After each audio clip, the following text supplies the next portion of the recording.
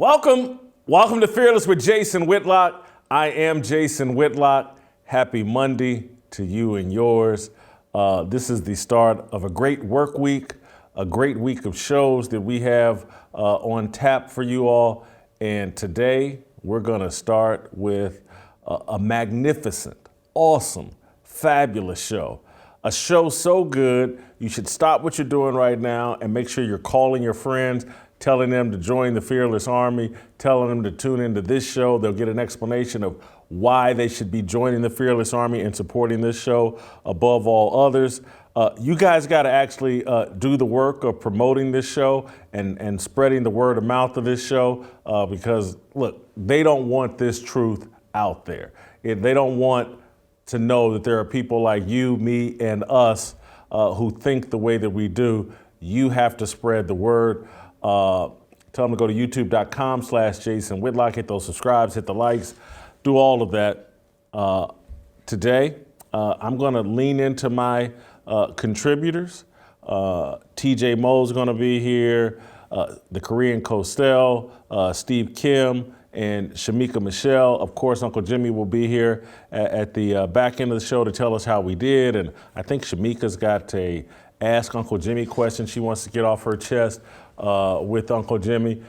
But we're going to talk about two particular topics today. One, and this will be not the first topic, but I'm going to circle back to Art Briles and some more things I want to say about what's going on at Grambling State University and with Art Briles and with the new offensive coordinator of the Grambling State Tigers, who has Title IX and sexual misconduct issues. But I'm going to save that for later. I'm going to talk about it with TJ Moe, who was kind of critical of Art Briles earlier this week or last week on the show before we had Art Briles on and we heard the full story. I'm going to talk about that with TJ Moe, but I'm going to start the show talking with Steve Kim about, and this is a big topic, and it's going to, I got a fire starter and a monologue for Art Briles that I'll get into in the second half of the show. This here is kind of off the cuff, unscripted. It's an idea, a thought, a new way of looking at athletes that I came up with this weekend. And I hope that I can unpack this because this will seem like a bunch of unconnected pieces. But by the time I put it all together, it paints one big picture and will give you a new way of looking at athletes and why there appears to be a divide. And the divide really isn't along racial lines.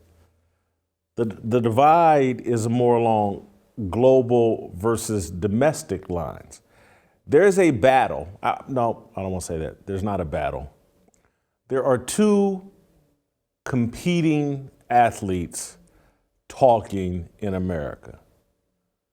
Global athletes versus domestic athletes. And the leader of global athletes are basketball players.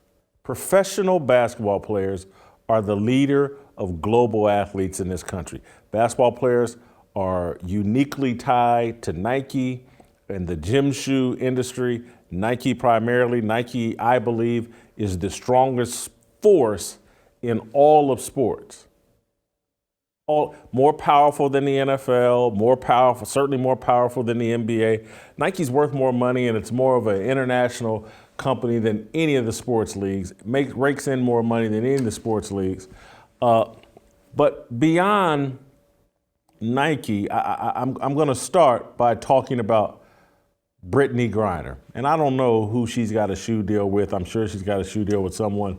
She's played in the WNBA for about 8-9 years, I believe now. Multiple-time All-Star. She's 6'9". I really don't. I've known Brittney since she was a college athlete at Baylor. I think some of you know that I'm friends with Kim Mulkey, the former Baylor head basketball coach. And so when Brittney Griner showed up at Baylor and became this college basketball sensation, I went down to Baylor and spent some time, with them and their whole team. And covering the Brittney Griner sensation. Brittney's really, really tall, and that's really, really unique for women. And she's pretty athletic, and so she's a dominant WNBA player. And perhaps, I guess, maybe Diana Taurasi, or I don't know who the biggest star is or the most well-known star in the WNBA is, but by sight, I mean, you could run into a lot of these WNBA players and just think, oh, that's a tall, athletic-looking woman. You'd have no idea they're in the WNBA. When you see Brittney Griner, you know it's Brittney Griner, and that's the woman that's in the WNBA. Brittney Griner has gotten herself, they keep using the word detained in Russia. I think she's been arrested in Russia. She went to the airport with these vape cartridges and with some oil hashish, I guess, that you would put in a vape pipe. And Russia kind of doesn't play. Some dogs or whatever, drug sniffing dogs or whatever, caught her at the airport. And she's been detained for about the last 3 weeks, they say. It just became national news over the past few days. And perhaps it became national news because people would be far more sympathetic now that there's conflict with Russia because of what's going on in Ukraine. So maybe that's why it became national news all of a sudden, and maybe that's why Brittney Griner is married to some woman, and her wife, has had to have known that she was incarcerated. But somehow it just made national news, although she's been detained for about the last 3 weeks. It just made national news in the past few days. And I want to use Brittney kind of as the jumping off point to explain my overall global athletes versus domestic athletes. Brittney Griner's over in Russia because she can make upwards of $1 million playing basketball in Russia during the winter months. In the WNBA, she makes about $230,000. She can go over to Russia and make $1 million playing for them in the winter. And so that should be the first clue to you why female basketball players in America feel like this country is rotten to its core, or there's something wrong with this country. Constitution needs to be rewritten. This country's oppressive. And it's because in their minds, I can make $1 million in Russia. How come I can't make $1 million in America? There must be something wrong with America if I can't make $1 million here in America, and I can do it in Russia. Russia must be a better system than America, or I would be making $1 million in America. I don't blame Brittney Griner and other female basketball players for having this simple-minded mindset, for having this very narcissistic mindset. I can make more money over here, therefore it must be better over here than it is here in my homeland. So if you want to know why WNBA players en masse all wore Black Lives Matter shirts, all kneeled during the national anthem, all act like they're oppressed in this country, and oh my God, we don't get to fly private like NBA players. We don't make as much money as NBA players. That's because America is systemically sexist and racist, and there's something wrong with America. And so if you wonder why these elite athletes think that America, there's something wrong with, and Russia and China and all these other countries where they can make more money is better, you have your answer. It's all about their bottom line. They don't have a wide perspective. They have a very narrow perspective. Me. It would be better for me if America were more like Russia. I would be making more money. That's the extent of their point of view. They go over to Russia and they're well known and they're bigger stars and they make more money. And therefore, for the handful of women who are basic, what is the average woman's height? About 5'4"? 5'5"? I don't know. But I guarantee you the average height of a WNBA player is probably about 6 foot, the average height. That's a rare species of human beings. That's an elite species of human beings. Brittney Griner, Diana Taurasi, Sue Bird, and I wish I could name more of the WNBA players. I can't. I guess that makes me a sexist pig, but those are the three that come. Isn't there a Dellavedova, or is that the Cleveland? Candace Parker. Yeah, Candace Parker. I can remember Candace Parker. She's about 6'3", 6'4". For those elite, rare species of human beings, that's who they speak for. That's who they're concerned about. A very tiny, tiny, tiny fraction of America. That's who their worldview reflects. Again, totally speculation. We can probably go to Google and I can find out very quickly the average height of a WNBA player and what percentage of American women reach that height. It's got 6 foot, 6'1". It's probably in that range. And I would probably guess less than 1 or 2% of American women reach that height. So if you're under 6 foot, they ain't talking about you. And if you don't have any athleticism, they ain't talking about you. Russia and these foreign countries are better for them because they have freakish height and a high level of athleticism for a woman. So do you see where I'm going with this in terms of this global perspective that basketball players have, particularly female basketball players? That's what's driving their worldview. What's best for them, a tiny, tiny percentage of human beings on the planet and an even tinier percentage of American women on this planet. So Brittney Griner right now is getting a taste of what it's like for the non-6'9" women in Russia. Maybe that will change her worldview.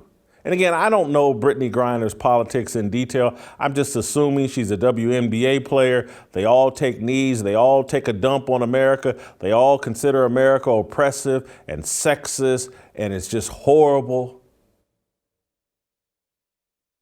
I hope she's getting a nice little taste of that Russian life while being detained. Perhaps she's in there with maybe she's locked up with Russian prostitutes. Because in Russia, they have no problem with Russian prostitutes. That's one of their greatest exports. Maybe she's getting a taste of what life is like for women in Russia who are not 6'9". And maybe that will shake up her worldview. And maybe she'll come when she does get released. And these charges, according to some, she get 10 years, allegedly. Maybe when she gets out, comes home, hopefully soon, she'll explain to all the other athletes back here in America that, hey, you know what? Russia's great for us basketball players, but my God, when they put them cuffs on you and they forget about you being a basketball player, Russia's hard. And so I want to transition to another, basically the Brittney Griner of the NBA, Kareem Abdul-Jabbar, another global athlete who has this global perspective of the world because he's an athlete. Kareem Abdul-Jabbar somehow got invited on the Chris Hayes MSNBC show to talk about the Ukraine and their military conflict with Russia. Now, Kareem is best known for a sky hook and being the all-time leading scorer in the NBA.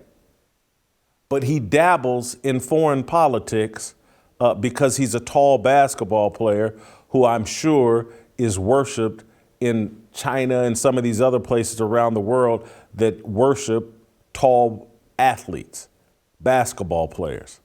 And so somehow his ability to sink that sky hook and score a bunch of points in the NBA, and his little travels abroad have made him an expert on this military conflict. And so Chris Hayes at MSNBC brought him on to talk about what athletes can do to support the Ukraine. Here's Kareem. Do you think the cessation of sports and the sort of discontinuation of it, knowing that, I mean, FIFA, for instance, is a huge deal, right? The entire world follows the World Cup, that will have reverberations with a populace that will be being sent some kind of message that may be outside of what they're learning from state media? I think it adds pressure. And all the pressure we can put on Russia to stop this is necessary. This is something that must end. So, we have to use the feelings and thoughts of all segments of society, and that includes athletes. Kareem may have nailed this. I don't know. I hope that those of you that have watched this show know that I've never pretended to be an expert on what's going on with Russia and the Ukraine. And so it's very unlikely that Chris Hayes or anybody will bring me on to talk about Russia and the Ukraine and what we should do in America.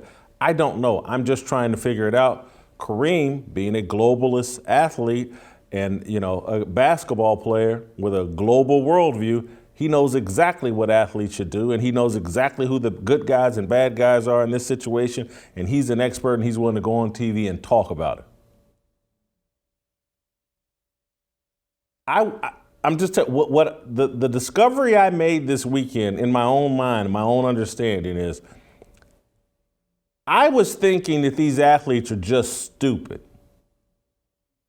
And then I figured out, no, they're speaking in their own self-interest, like the overwhelming majority of human beings do. They're talking about what's good for them. And so Kareem Abdul-Jabbar has bought totally into the globalist agenda and that's being promoted by the left and progressives. And he is selling that at every turn. If they tell you to put a mask on when you sleep at night, Kareem Abdul-Jabbar will be on TV promoting that. If they tell you to take 12 booster shots all in your penis, Kareem Abdul-Jabbar will go on TV and pull his penis out and take the shot. Whatever the globalist left-wing agenda tells you to do, Kareem Abdul-Jabbar will be in support of it. He has a global agenda because he has a globalist worldview because of his success as a basketball player. He is speaking in his own self-interest. I just want you to recognize that, and let's take some of the animus out of it, and let's take some of the disrespect out of it. He's not stupid. He's speaking in his interest. And so that segues me to LeBron James and his show, The Shop. And they came out with a new episode 3-4 days ago. It made news because Lamar Jackson, the Baltimore Ravens quarterback, said, yeah, it's still there. And he said that in relation to LeBron and others saying that there's still racism and discrimination for black quarterbacks in the NFL. And that made news. And then Lamar came out with a tweet because Adam Schefter tweeted it out. And that Lamar said this on The Shop. And Lamar basically tweeted out like, hey, bro, pump the brakes. Come on, Adam. And he basically insinuated that's not what he really said. And I don't blame Lamar for doing this. So it made me go back and watch the clip to hear what was actually said. Let's play the clip.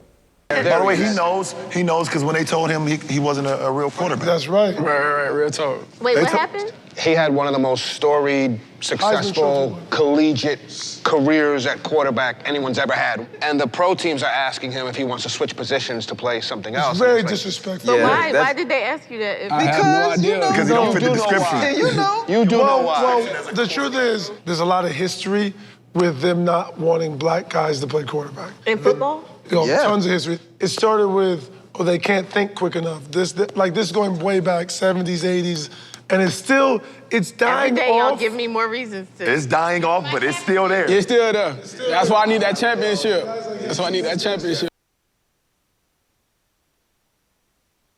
So this is why Lamar is being defensive about this, is because they created a conversation about him and the NFL and the quarterback position.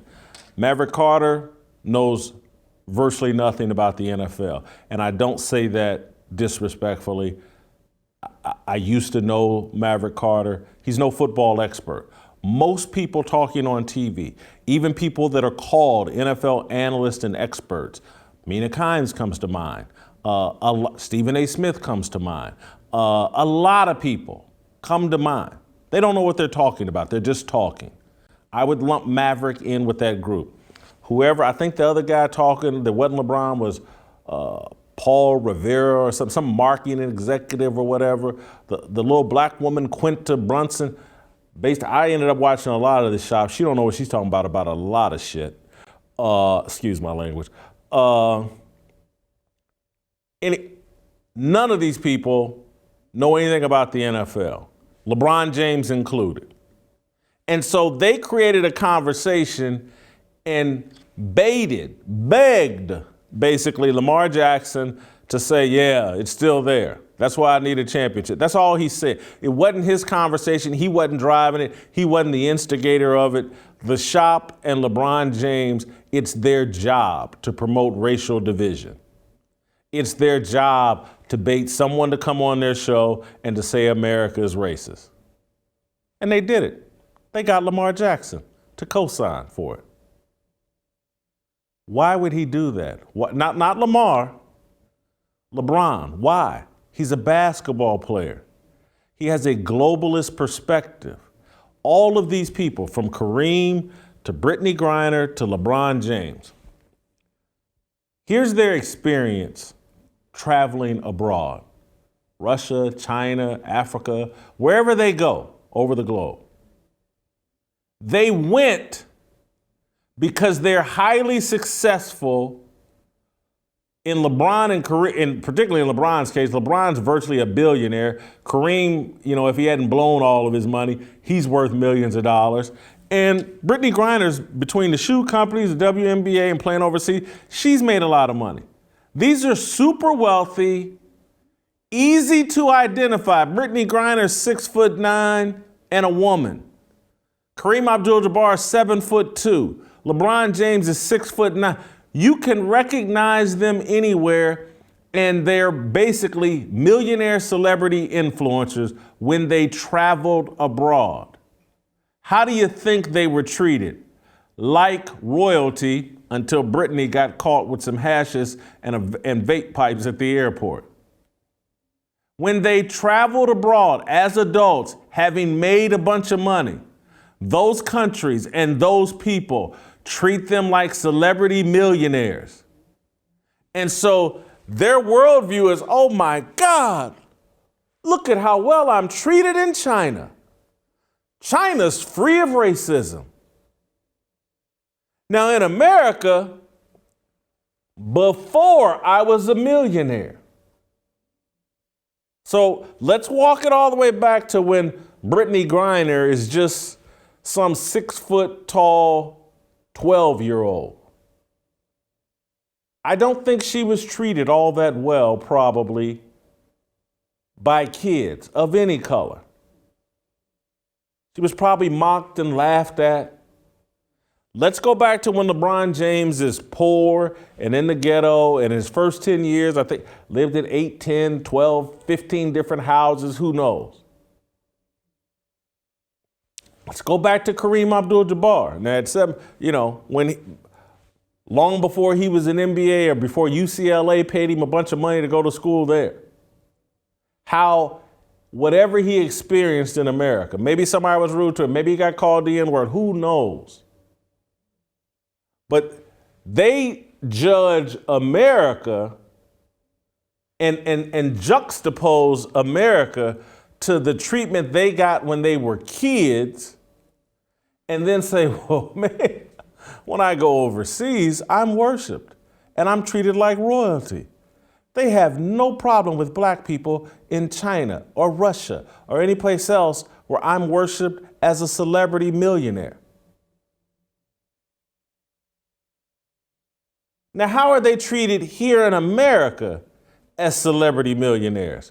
I know LeBron had that Jussie Smollett. They painted the N-word on my $20 million mansion, and we got no proof of it, no video, no nothing, and we erased it before the police could come there and investigate. If you buy that, I guess you could say LeBron's been mistreated as an adult. Someone, trust me on this, if someone spray painted the N-word on LeBron's mansion in Brentwood, there's a 90% chance it was a black kid.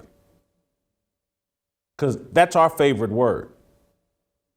And you can find that graffiti and everything all over our neighborhoods in Los Angeles. I've seen it with my own eyes. But I don't believe it happened. And so bottom line, what I'm telling you is LeBron is worshiped and treated as a celebrity here in America just the same as he is over there. Brittney Griner, treated as a celebrity over here in America. Kareem Abdul-Jabbar, as adults.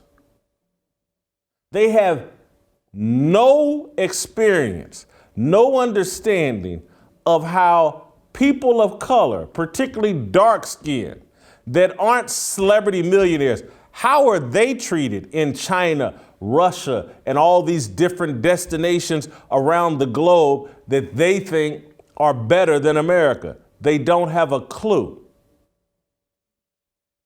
And so when you're a basketball player and you're on that Nike or gym shoe contract that's worried about how can I make 1.4 billion people in China happy rather than 300 million in America, the world looks to you like, wow, it's better every place else but America. Global athletes. And so this weekend, there's a UFC fighter, Bryce Mitchell, who had something political to say. And it sounded far different than our global athletes. And people will jump to the conclusion, well, he's white, they're black, that's the difference. I don't think that's the difference. I think Bryce Mitchell competes in the UFC, which is far more dependent on the American market than the NBA. And keep in mind, the NBA pays the bills of the WNBA. I think Bryce Mitchell competes in a sport where when he goes overseas, and I don't know how much money he's got, he ain't got LeBron's money. I guarantee he's got less money than LeBron, Kareem, and Brittney Griner. He's not treated and worshiped the way they are when he travels abroad. If he travels abroad, he's a domestic athlete whose primary concern is the American customer base. So here's how he sounds talking about political issues. Well, I just wanted to get your thoughts on the whole Russia and Ukraine situation. Here's my first thought is I'm not going nowhere to fight none of these wars for these politicians. I'm staying at home, and when the war comes to Arkansas, I will dig my boots in the ground and I will die for everything I love, and I will not retreat. If this country is invaded and Everybody's saying, well, we gotta evacuate, we gotta leave. I will not. I will dig my boots in the Arkansas soil and I will fight for the people that I love, for the land that I love, and the way of life that I love. But I'm not going overseas to fight.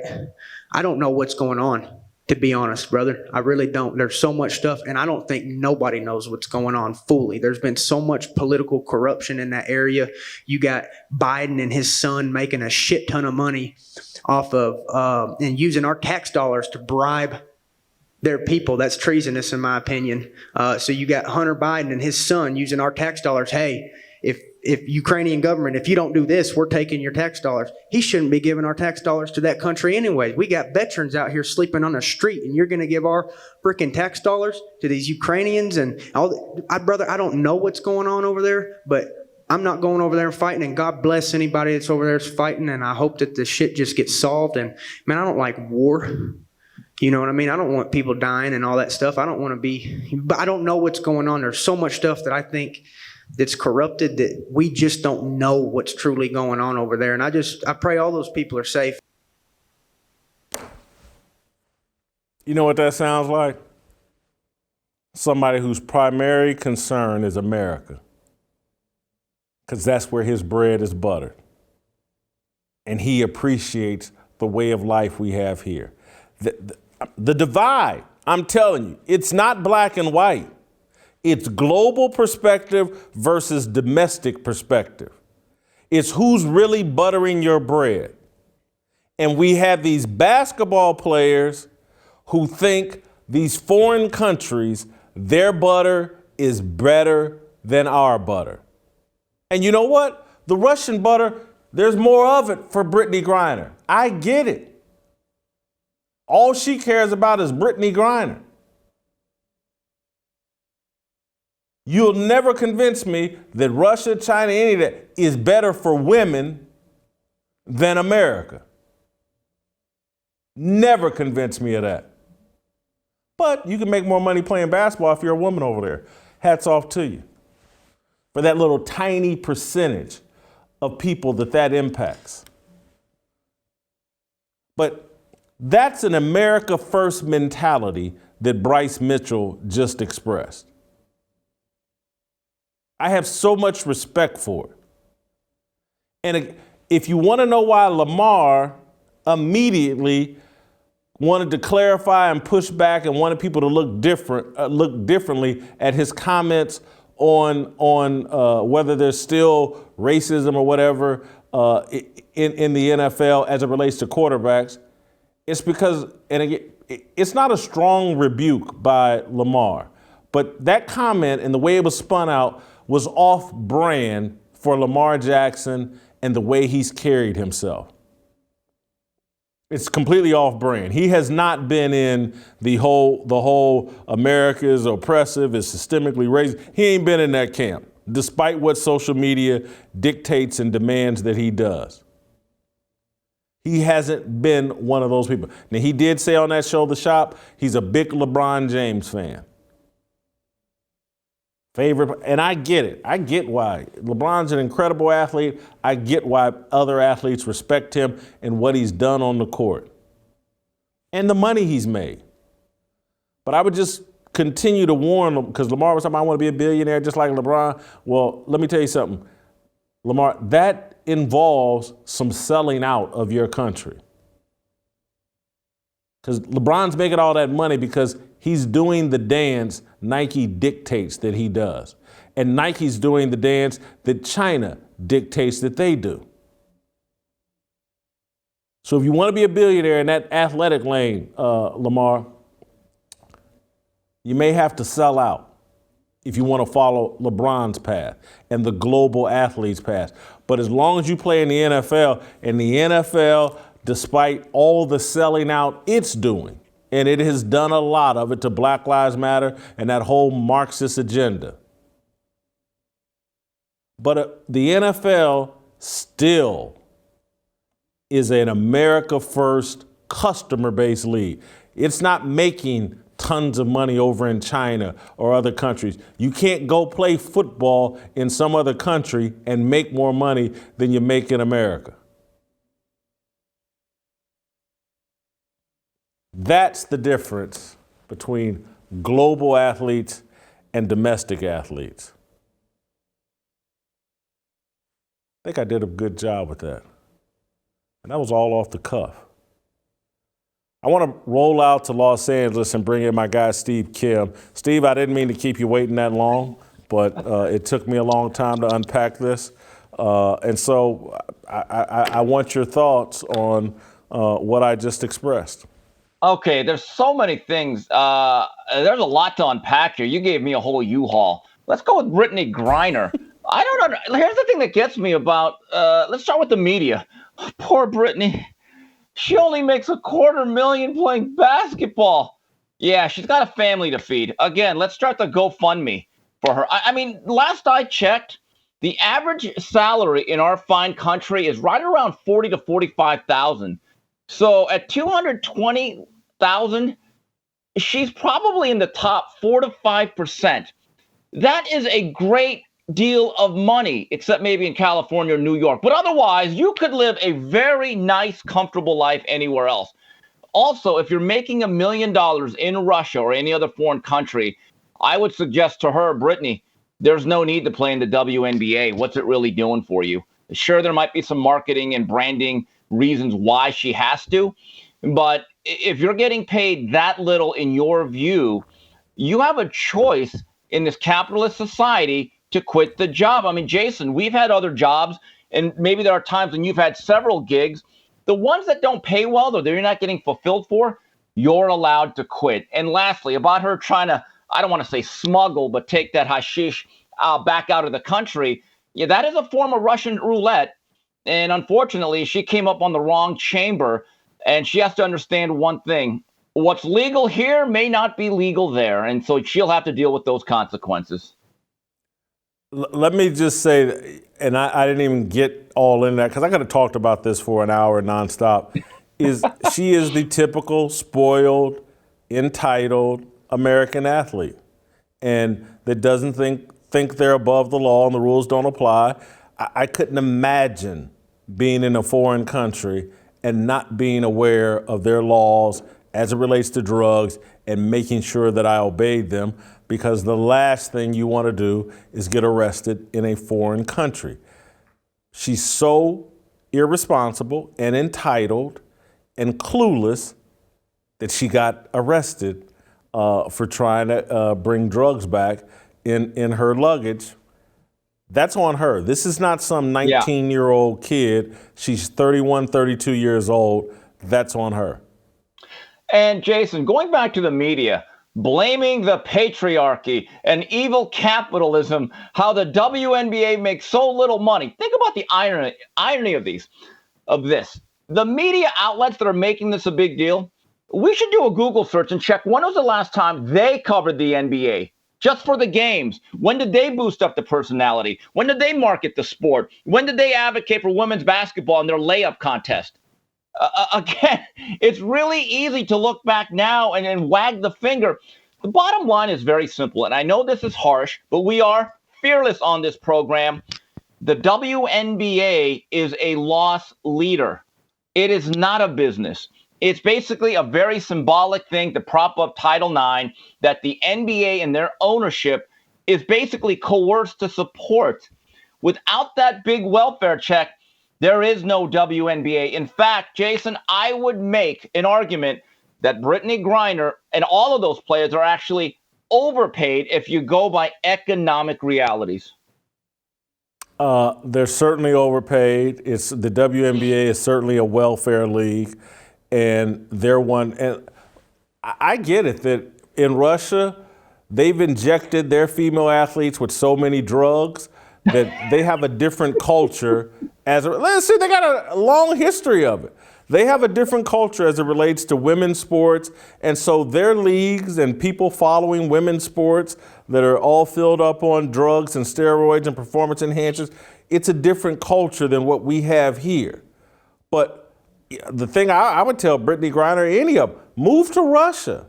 No. If it's so much better, instead of telling us hey, we should be more like Russia, just move to Russia, move to China, But don't try to import their system, their values into our unique American culture that serves the whole a lot better than a handful of elite athletes. And Steve, I'm just telling you, the thing that just came across my mind this weekend that I was like, these guys travel abroad as millionaires and borderline billionaires and celebrities. And so their first experiences with these foreign countries are as millionaire elite celebrities. And they don't have enough self-awareness to say, you know why I'm treated like royalty here? Because I am royalty. And so, but the average, again, and I go back to, and I talked about this, I think on Fox and Friends over the weekend, there was a kid at Ball State, Wendell Brown, that got arrested in China, spent 3 years in a Chinese prison. I had to pay a bunch of money to get him out of that Chinese prison. This is a black kid from Detroit. And so that's how black people get treated in China. He was no sort of professional athlete. He wasn't some 6'10" basketball player. Again, let's take the ball kid, Jello, Leangelo, or whatever, that got arrested over in China. If he wasn't a basketball player connected to UCLA, I would love to hear how that would have went for the typical black person in China that gets arrested. UCLA, the State Department doesn't get involved. He's not released right away. Jason, I believe you had a guest by the name of Voddie Baucham. He recently came out and said the best place for black people to live in this world, despite its imperfections, is America. Thomas Sowell, the great Thomas Sowell, has said that for years. He's done studies on it. But when you talk about that issue of how LeBron and Kobe, they were revered, specifically Kobe in China and all parts of Asia. I saw the videos when he'd go there for Nike or whatever shoe company he was representing. It's like pretty privilege. It's like that hot girl that has the face of Halle Berry and the body of Jessica Rabbit. She thinks everyone's nice. Everyone treats them great. She gets the best service. She gets the cut in line. Everyone really do you want an extra cup of water or tea? And like, hey, I can get a refill. Yeah, later, bro. That's they don't understand that they're like, it's like the supermodel Paulina Porizkova recently came out. You know, at age 50, I don't get treated the same. Well, yeah, because, you know, your wall's a little bit softer than most people. You still hit the wall, and now back to reality.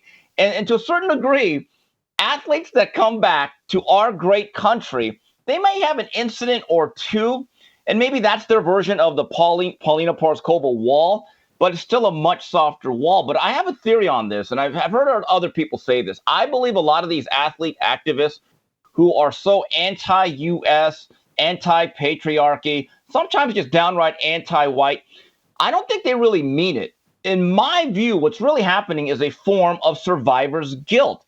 They either were genetically gifted or they worked harder, and they realize, hey, I deserve everything I got. I made the leagues. I made the sacrifices. You didn't. But because they get the privilege and they understand, like, hey, I'm living in a nice gated community, surrounded by a bunch of glacier gliders, if you know what I mean, I have to at least act like I'm still down, like I'm still with the cause, and I'm still facing it.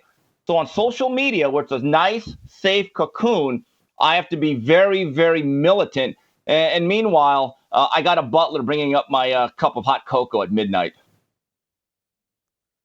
Steve, I'm gonna let you go because I talked too long, and I need to get to TJ Moe, and I need to tell you guys about my good friends at Good Ranchers. Inflation is out of control, and we see that more than ever in the grocery store. Prices keep hitting new all-time highs for meat and seafood. Cooking and grilling at home used to be the way to save money. But with the prices up nearly 20%, even that seems like a thing of the past. If you're looking to save money without sacrificing quality, then you need to check out Good Ranchers. Don't buy imported meat. Good Ranchers delivers delicious, 100% American meat to your door. Great source, great price, great quality. Get your $30 discount on prime steaks and better than organic chicken today. Go to goodranchers.com/fearless right now. Good Ranchers takes the guesswork out of the grocery store by sourcing everything from local farms and shipping it to your door. Use my promo code FEARLESS and enjoy your box of 100% American meat and your $30 savings. Order now to combat inflation with Good Ranchers, American meat delivered. All right, TJ Moe, next.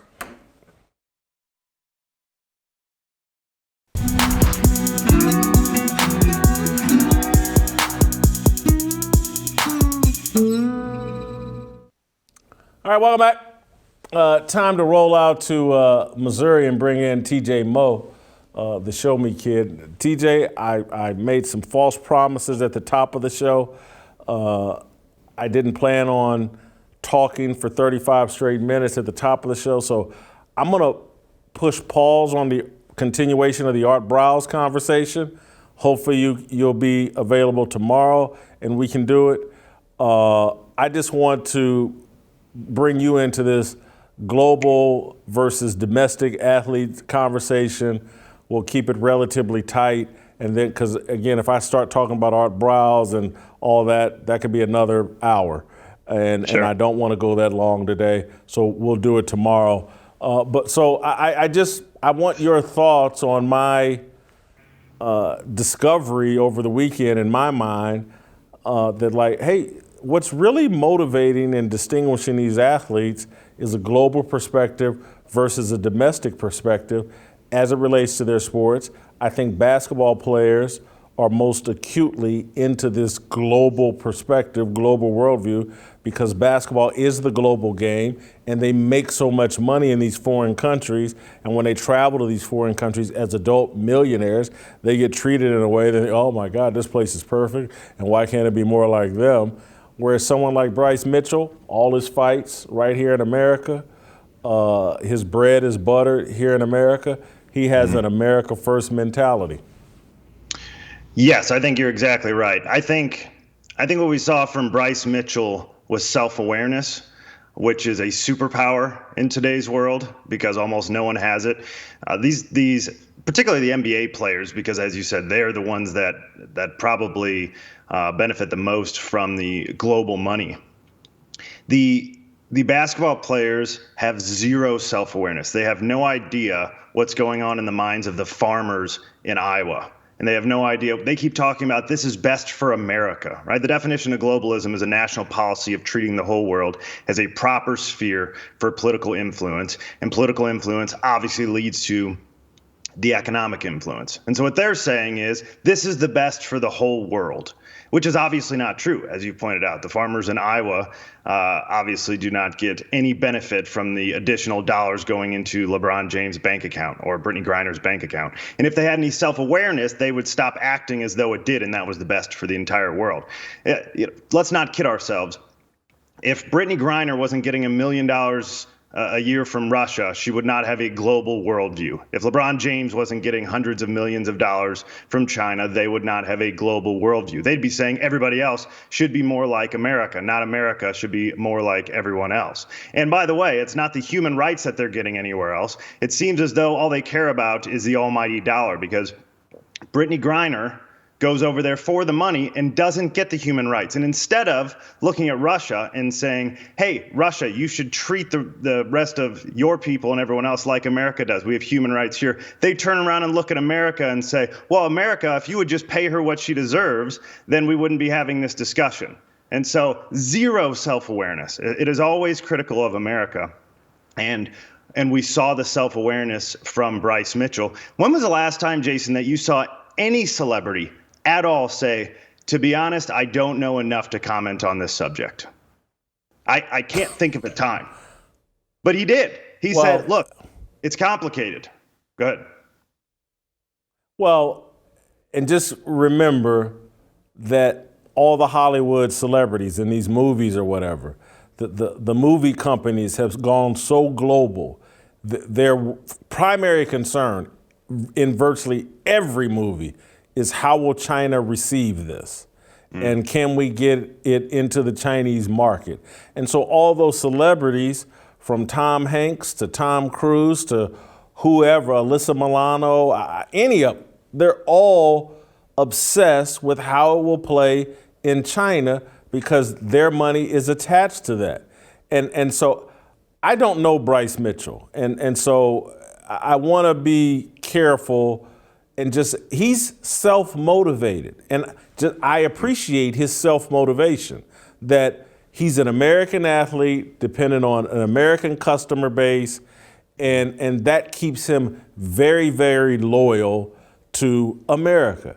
If he were an international star and there was a possibility of making more money for him in China than in America, he might sound very different. He may not be as self-aware as he sounded then.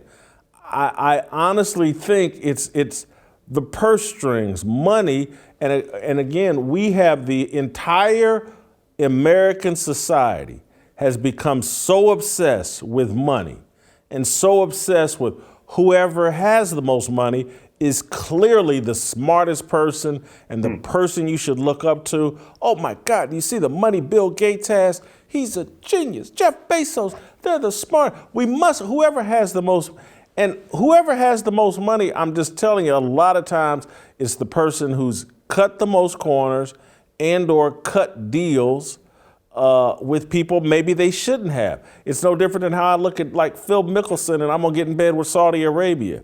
American corporations have been getting in bed with countries and organizations and people for all the wrong reasons, just for dollars, for a long time.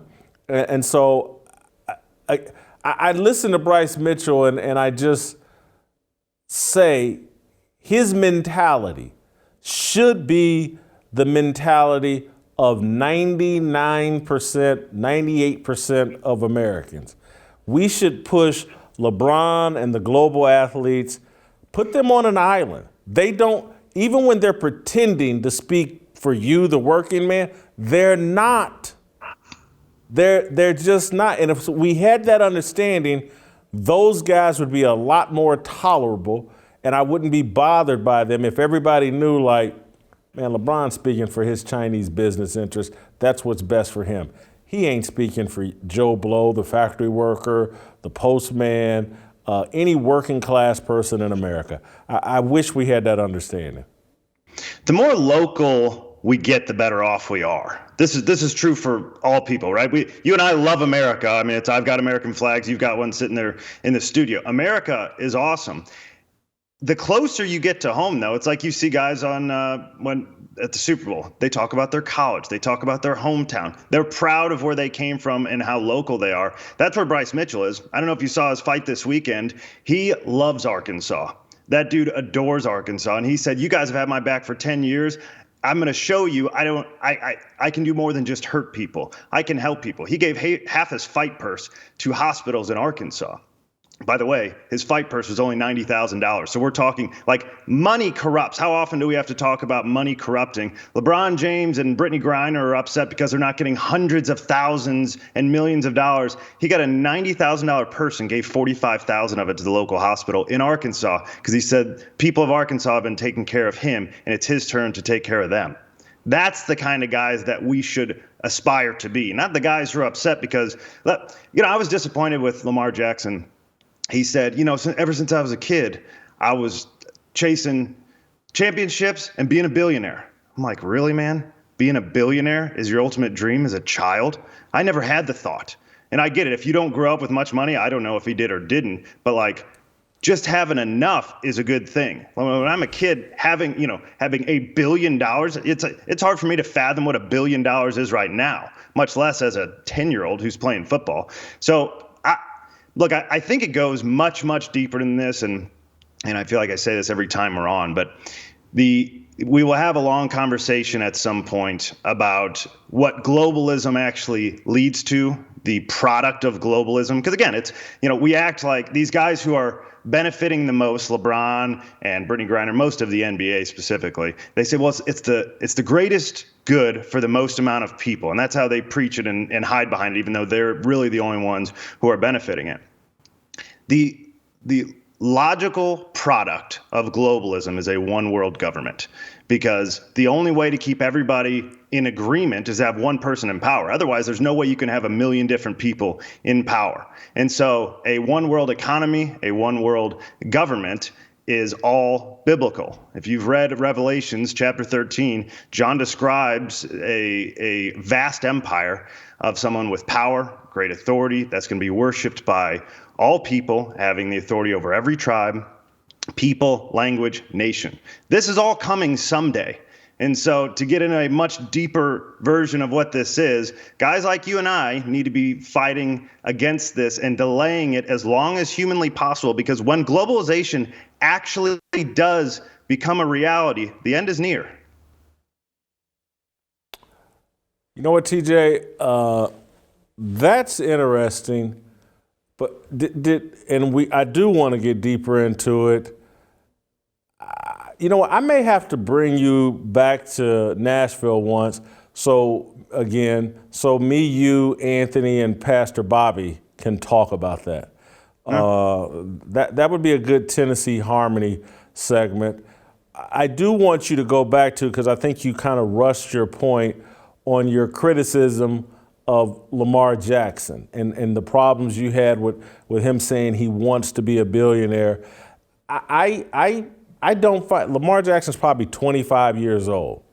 And so when he's a kid, let's say from age 8 to now 25, the last 17 years, that's basically the reign of Jay-Z and of hip hop and the whole just glorification of billionaire status and money.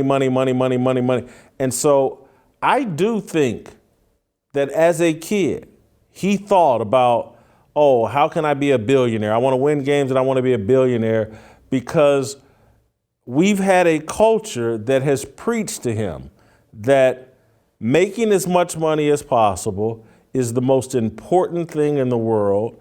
And you're really not somebody until you got enough money to throw away $100,000 in a strip club one night and turn around and burn $50,000 just to impress your friends the next night. And so I do, and I'm not saying that's what Lamar's thinking about, just wasting his money, but he grew up in a culture that has been defined by materialism and the pursuit of wealth by any means. If you're a drug dealer and have made money selling drugs, as long as you're rich, it's worth it and it's to be respected. I just think those statements he made there were authentic and a reflection of the culture that helped produce him. That may be, and I don't mean to be so critical of Lamar as I am about the idea that he spewed. And so, and I've told you this, I actually think Lamar's a good kid, and he seems to be trying to give the right, he seems very genuine. And so again, it is more the idea that I object to. You know, there was a study, a Harvard study that's still currently, it's the longest running study in history. It's an 80-year study. It started in 1938 during the Great Depression there. And it actually had JFK in the study. And obviously he's not a subject anymore, but it had 700 or 800 people in it.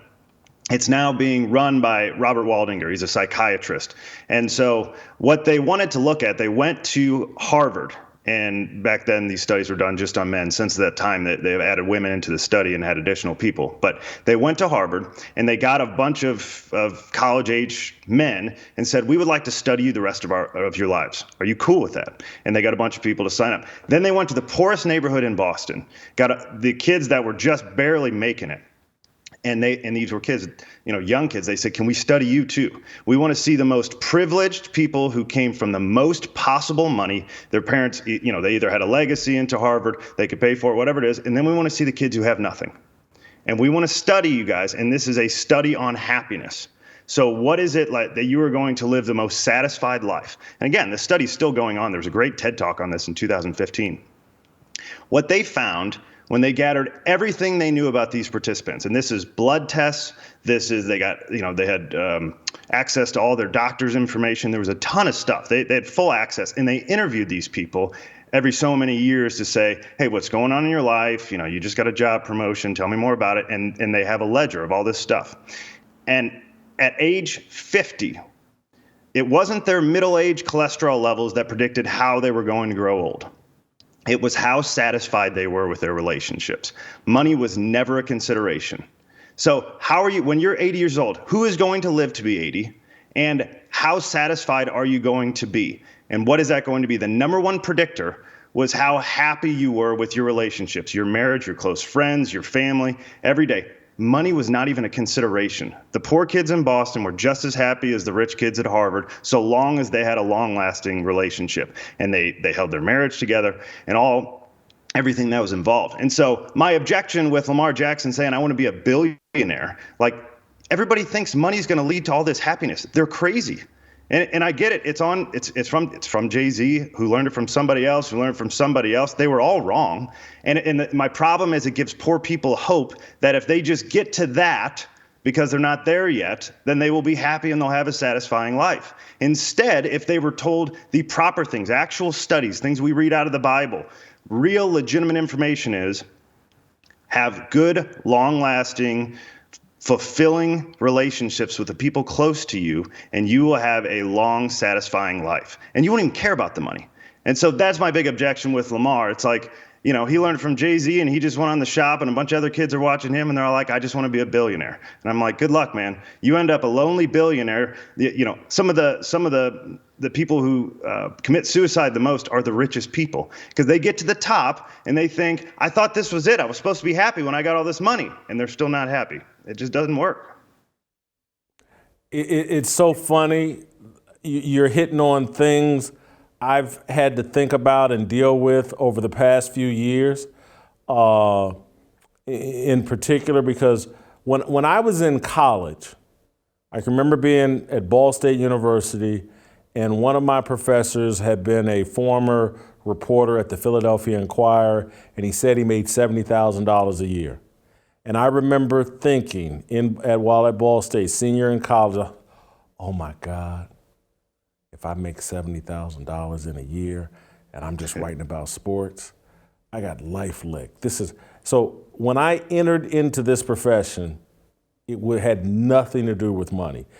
I just wanted to be involved with sports and writing and talking about sports. I thought, and just at that time, I was really just about writing about sports. I just thought, man, I'll never work a day in my life. As I became more successful and the financial rewards kept getting greater and greater and greater, things I had never envisioned happening, I can't say I pivoted because I didn't change my beliefs in terms of I'm not going to sell out just to make as much money as possible, but I did want to be as successful as I could in this career. I wanted to be like Mike Royko, who was my childhood writing idol. And so I wanted to win a Pulitzer Prize. I wanted to be the best, and this was all in the sports lane. And I did lose sight of family and the importance of family. And that's why I made some very poor relationship decisions, because I hadn't prioritized family the way that I should. And I got lost in career success. And so that's why I'm a bit more sympathetic when I hear those things out of Lamar, because it's like, I've been there. And then particularly for Lamar, when you grow up and your family's poor and you start seeing the impact of your success, the impact on them, what you're able to provide for them and the opportunities, it just becomes more and more a priority in your mind. It's like, man, I'm not just blessing me, I'm blessing these people in my family and friends and people I care about. And so I guess the advice I would give Lamar is, don't get so obsessed, and I'm sure he won't make this mistake, that you forget about your own family, starting your own family, because I'm just telling you, I lost sight of that. And it's one of the biggest mistakes of my life. But enough about. You got anything else you want to say, TJ, before I let you go? Just to add to what you're saying there, it's like, look, money's great, but there's a lot of studies out there that show that once you get about $60,000 a year, your level of life satisfaction pretty much, now that's going up actually that's about 5 to 10 years old now. So, it's probably closer to 75, 80,000 now. But once you hit that, it's like, that's enough that you're not dying to pay your bills, that you're not just looking around to scrounge together $10 to pay your light bill. Once you get there and can live comfortably, your level of life satisfaction doesn't really move. And so, look, I've been on journeys of I thought I was going to make it in the NFL. And I went to Mizzou, and I went out, and I dedicated 17 years of my life since I was 7 years old to where I was 22 years old in New England. And I tore my Achilles, and my family was the only thing there to pick up the pieces. So all that money out there is great, but if Dad would have handed me $500,000, that wasn't nearly as big of a deal as the hug that I got when I got home. That's TJ Moe. We'll see you tomorrow where we'll pick up the Art Browse conversation again. All right, Uncle Jimmy, the approval rating segment. And Shemeka wants to ask Uncle Jimmy another question. We did this on Friday. Let's see what she's got cooked up today. Next.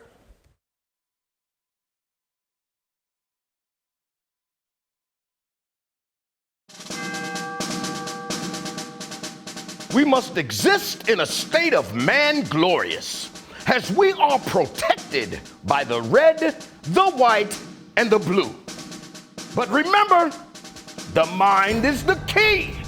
The fearless soldier pledges to place God first and foremost in his everyday endeavors of life. We, the fearless army, are one nation under God, indivisible, with freedom and a belief in the American dream. The men bold enough to join our movement comprise what we like to call the New Dream Team. We are leaders of our families, our churches, and of this nation. We reject the seeds of division that are planted by corporate media misinformation. We affirm that all men are created equal and are endowed with inalienable rights, which are granted by our Heavenly Father.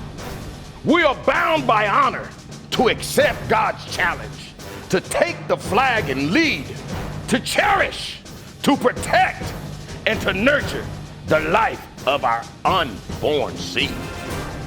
I am a fearless soldier, so shed no tears for me. I am not a victim. I am the man that God made me to be. Amen.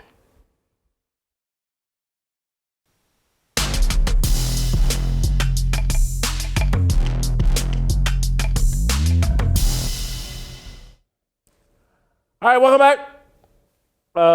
Before we get to the approval rating segment, Shemeka Michelle is back. Shemoke Show is back, and she's got a question she wants to ask Uncle Jimmy. Jimmy, she's coming to you for wisdom.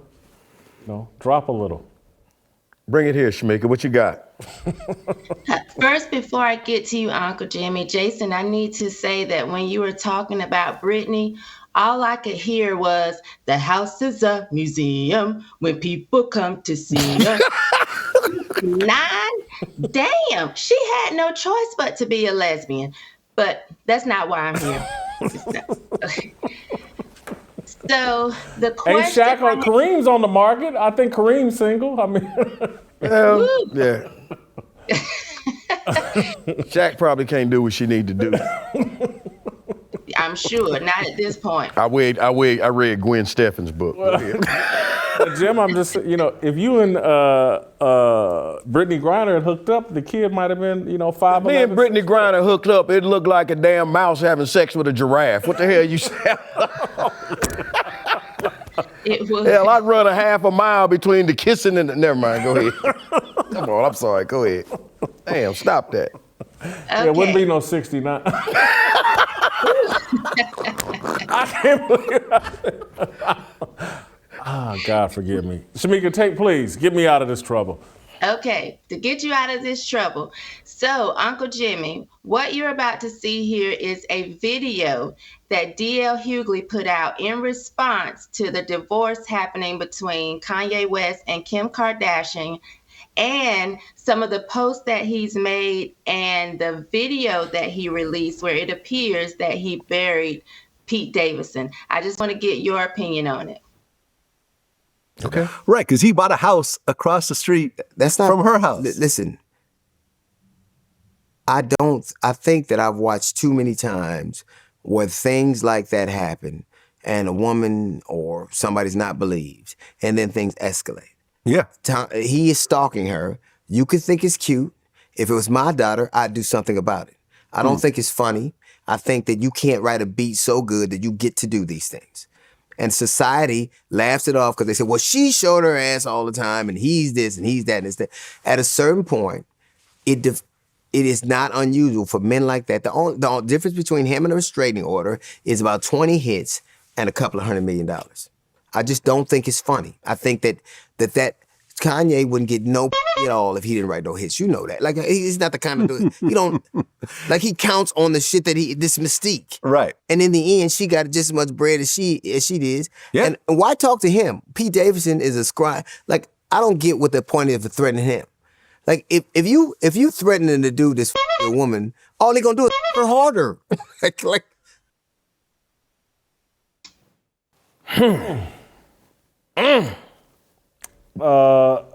What's the question?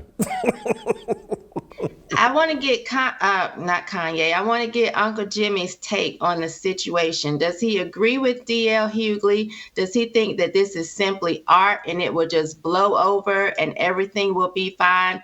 As a parent, and Uncle Jimmy, you have 2 children as well. How do you think this will play out when it comes to the kids? Well, first of all, we need to look at you just said this, and Kanye's gonna have to make a decision. Kanye's gonna have to decide whether he wants to be an artist or whether or not he wants to be a parent. Because you're entitled to be an artist, but you need to be careful when that you want to be an artist follows you into court because you're trying to get custody of your kids. That's my problem with it. Right. Hold on, clarify it. Your problem with it is when you're trying to be an artist following you into court. Explain it. In other words, Kanye can say, I'm an artist. This is creative art. That's all this is. But be careful when that creative art follows you into the courtroom because you're upset because Kim won't tell you where your kid's birthday party is, but you just released a video of you cutting off Kim's boyfriend's head. That doesn't play well in court. It will not play well in court. Shemeka, what's your take? So I do believe that Kanye is a genius by definition, that he has exceptional creative power. But I agree with D.L. Hughley that he's really taken this too far. And I don't know where that creative power will take him when it comes to his kids. One of the things that's bothering me is that, the Bible says, hell hath no fury than a woman scorned. He's acting like a woman. He's not maintaining his masculine frame, which is concerning to me. And also, when it comes to children, that's my main concern. We talk about men being in the lives of their children on this show, and it used to be a law where women would just automatically get custody of the children. It was called the tender years doctrine. And while they don't have that law now, the things that they still look at to determine whether or not a parent will get custody still favors the mother in most cases when they look at primary caregiver, parental and child bond, whether or not the parent will foster a healthy relationship with the other parent.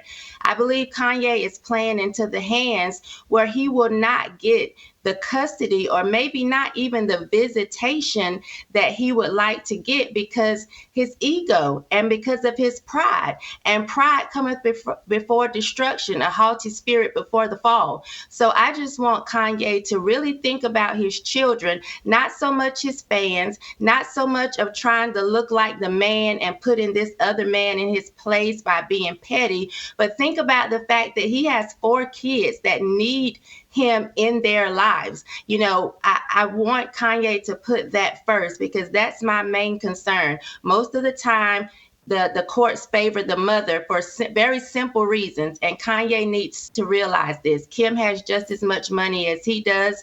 He's not fighting a broke witch. So I think that Kanye needs to just keep that in mind when it comes to those kids. My thing with Kanye is, and I go back and forth on him, and now I would say I'm back, I'm backing up, backing away from him. It all feels like a game, particularly the religious part. Kanye's putting out albums, Jesus is King, and you want to see that manifest itself in his behavior. You know, you want to wear your religious belief publicly, then it has to be manifested. And one of the reasons to wear it publicly is so that it will manifest itself in your behavior. And again, that's why, you know, when I started being more passionate about wearing my faith publicly, I left the strip clubs. And there are other, you know, there's a reason why I'm eating a lot less, because gluttony is not godly. And so I just want to see that behavior start to, you know, exhibit itself in Kanye's behavior, and we're not seeing it. The video has him burning down a church, burying this Pete Davidson guy, and I get it. He clearly is passionate about Kim Kardashian. He doesn't seem to be able to let it go. But I think you're right. I think D.L. Hughley's right. And everybody knows I'm no fan of D.L. Hughley. He's no fan of mine. But I think he's accurate here. He's basically saying, hey, man, this looks like O.J. all over again. And we don't want to be running back the tapes on this and saying, how did we miss that sign? And so this obsessive stalking behavior, no real thought about the kids. I don't think he can all be written off as, oh, well, Kanye's bipolar and, you know, he's off his meds this week, or he didn't see his counselor this week. You know, Kanye needs some help. This isn't a laughing matter. Anybody close to him, and maybe there are no people close to him, but maybe even law enforcement may have to get involved because, you know, I think Tupac was making songs about killing Biggie, and Tupac got killed first, but Biggie and Tupac did end up dead, and so this whole rap music thing is about authenticity and living transparently, and it's like a lot of rappers. Tech Nine, friend of mine, they call it writing their life. They think their best music comes from the pain that they experience in life, and they write it out and perform it on stage or whatever.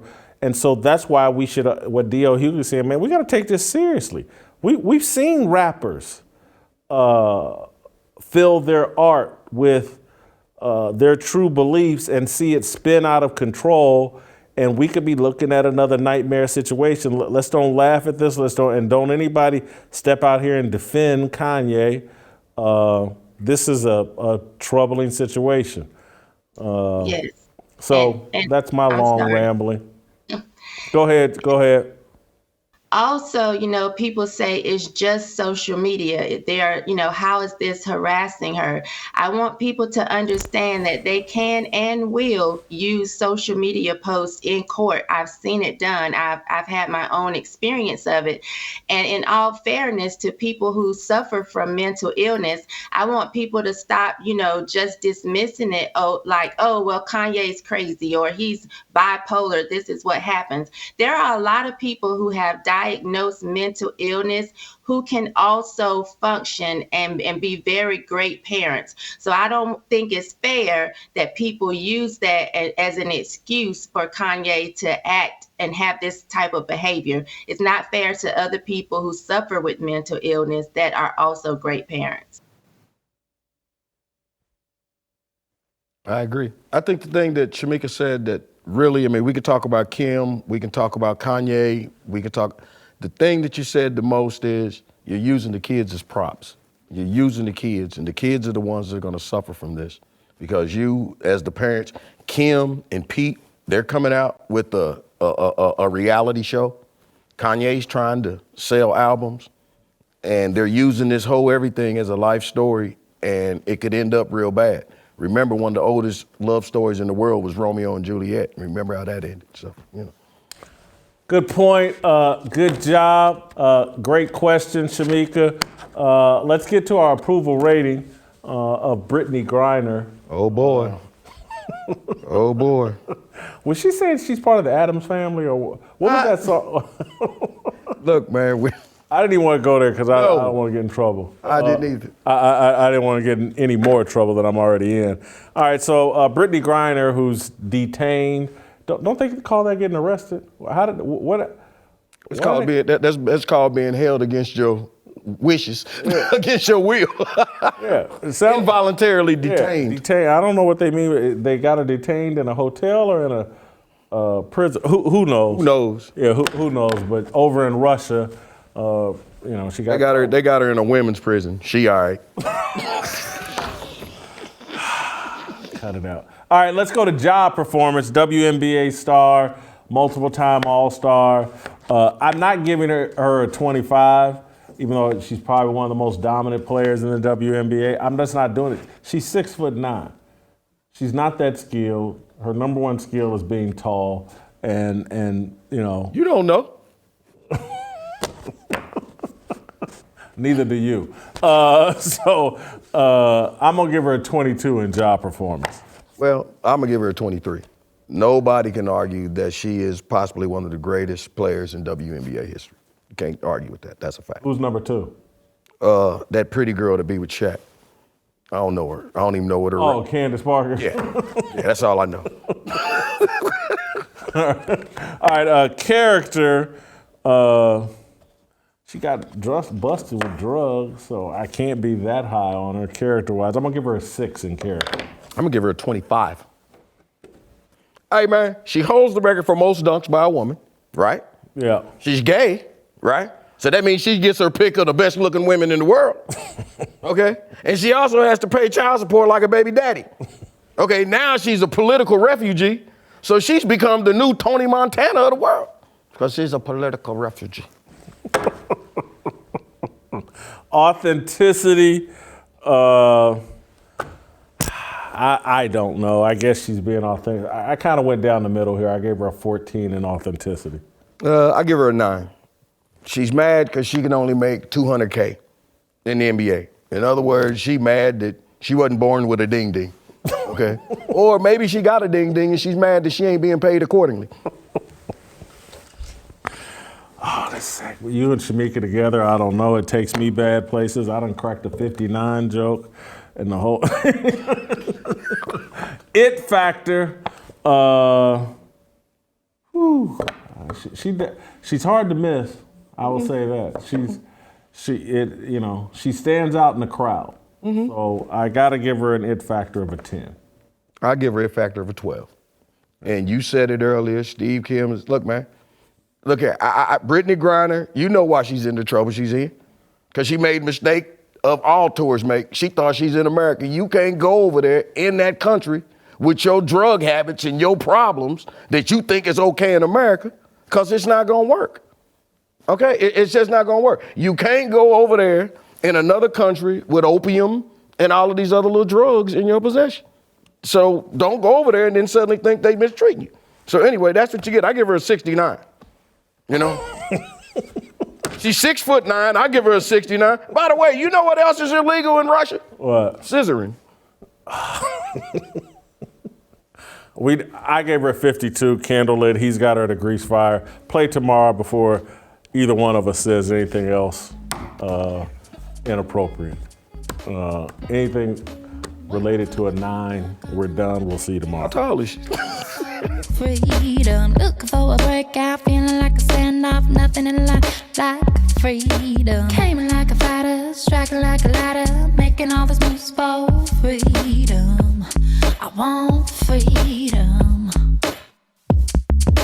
No negotiation, my sister, no relation. We all just wanna have freedom. Sitting on a corner, never been alone. I'm breaking my back for freedom. Blessed, we are living, get back. We are receiving, all deceiving. We all wanna be free. We want freedom. I wanna be. I just want.